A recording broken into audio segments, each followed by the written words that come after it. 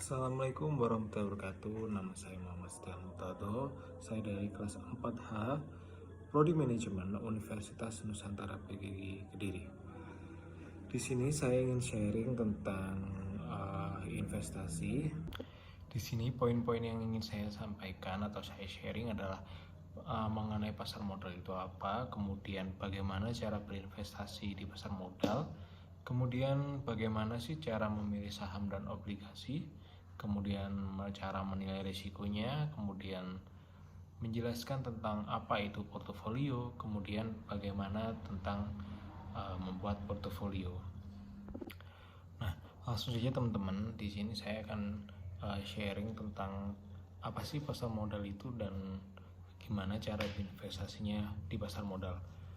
Yang pertama yaitu pasar modal adalah sarana bertemunya perusahaan atau yang membutuhkan dana untuk mengembangkan usaha, ekspansi, penambahan modal kerja, dan lain dengan masyarakat yang hendak menginvestasikan dana mereka. Itu yang disebut dengan pasar modal. Kemudian bagaimana sih caranya berinvestasi di pasar modal? Nah, langkah-langkahnya seperti berikut. Yang pertama adalah tentukan jangka waktu investasi kalian, teman-teman. Atau mau yang pendek atau yang panjang. Yang pendek itu adalah di bawah 3 tahun itu dikatakan investasi jangka pendek, atau di atas 5 tahun itu dinyatakan dengan investasi jangka panjang.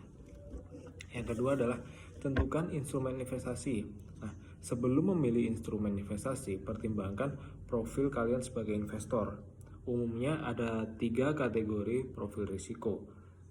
Yang pertama adalah investor konservatif, adalah investor yang menyukai investasi stabil. Kemudian investor yang moderat, investor yang masih dapat menerima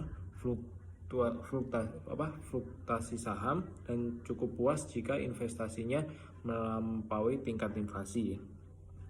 Kemudian investor yang agresif. Investor agresif ini adalah investor yang siap untuk mengambil risiko kerugian dengan fluktuasi yang tajam.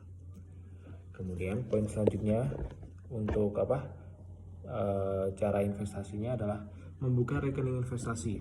Nah, sebelum memulai berinvestasi di pasar modal, kalian harus memiliki rekening investasi. Nah, apabila kalian ingin memulai investasi secara online, kalian dapat membuatnya melalui perusahaan sekuritas. Umumnya, dokumen yang harus disiapkan saat ingin membuka rekening investasi adalah seperti KTP, nomor pokok wajib pajak atau NPWP, kemudian nomor rekening, serta pengisian formulir initial investment. Kemudian selanjutnya, lakukan diversifikasi investasi. Nah, yaitu cara investasi uang dengan pembagian modal yang kalian punya ke dalam beberapa macam aset.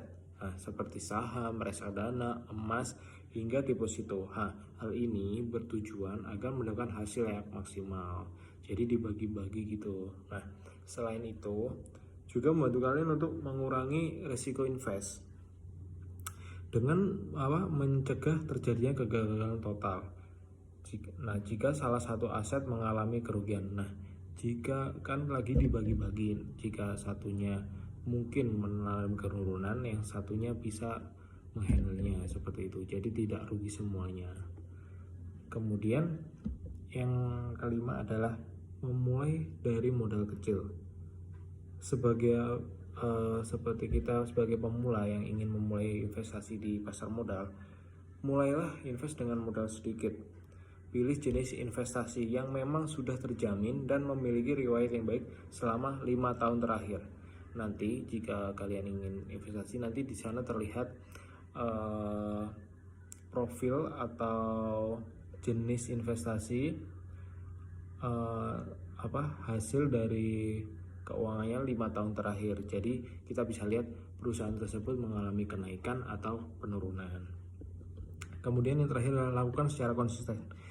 Jadi konsistennya selama berusaha itu tidak langsung banyak, tapi kecil, tidak apa-apa, tapi konsisten. Jadi misalnya setiap bulan terus setiap bulannya hingga menjadi banyak, begitu teman-teman.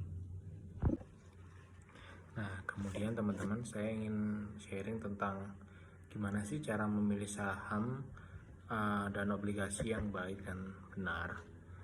Secara umum sih saham dan obligasi ini memiliki tujuan yang sama, teman-teman. Tujuannya yaitu untuk menanamkan modal atau dana untuk mendapatkan pundi-pundi keuntungan dari perusahaan. Namun perbedaan dari keduanya adalah pemilik saham.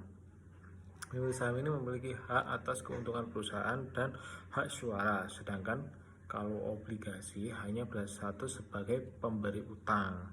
Seperti itu. Untuk saham nih, tipsnya untuk milih adalah gunakan sekuritas dengan biaya transaksi yang kecil. Di sini investor atau kita ini diharuskan membuka rekening efek yang difasilitasi oleh perusahaan sekuritas. Setelah rekening selesai dibuat nih, investor kan harus top up sejumlah dana ke rekening efek. Kemudian hitung terlebih dahulu keuntungan dan kerugian. Rumusnya adalah mematok keuntungan setidaknya 1% dari dana yang telah dikeluarkan untuk membeli saham. Kemudian pilih saham yang terdaftar di indeks LQ45 atau IDX 30. Kemudian membeli saham dari perbankan atau perusahaan-perusahaan besar yang bergerak di bidang customer goods. Sebagai saham pertama adalah cara yang baik dan aman. Kemudian yang kelima adalah membeli saham yang fundamental keuangannya baik dan stabil. Sebelum membeli, ada baiknya untuk membaca portofolio di setiap pembelian sahamnya yang sedang diincar. Nah, nanti saya jelaskan tentang portofolio itu sendiri. Kemudian teman-teman, yang cara membeli obligasi, yang pertama adalah menentukan waktu yang tepat. Investor memiliki kesempatan untuk menjual kembali surat utang di pasar sekunder, namun pastikan harga jual tersebut tidak lebih rendah dari harga beli agar tidak rugi kitanya. Kemudian strateginya buy and hold, memegang surat utang hingga jatuh tempo akan menghasilkan penerimaan bunga. Kemudian memilih penerbit yang terpercaya. Perusahaan penerbit surat utang yang terpercaya cenderung lebih dipercaya oleh investor karena memiliki kemampuan bayar tersendiri. Hindari memilih penerbit yang track recordnya kurang jelas, meskipun nilai kuponnya terbilang besar. Nah, kemudian tentang resikonya teman-teman. Risiko ini merupakan kemungkinan perbedaan antara return aktual yang diterima dengan return yang diharapkan. Semakin besar kemungkinan perbedaannya, berarti semakin besar risiko investasi tersebut. Kemudian beberapa risiko yang mempengaruhi risiko investasi. Yang pertama seperti risiko suku bunga, yang kedua risiko finansial, kemudian risiko pasar, kemudian risiko likuiditas, risiko inflasi, risiko nilai tukar mata uang, risiko bisnis, risiko negara. Itu semua merupakan risiko dari kita untuk berinvestasi. Nah, selanjutnya saya akan menjelaskan tentang pengertian dari portofolio. Portofolio dalam investasi adalah kumpulan aset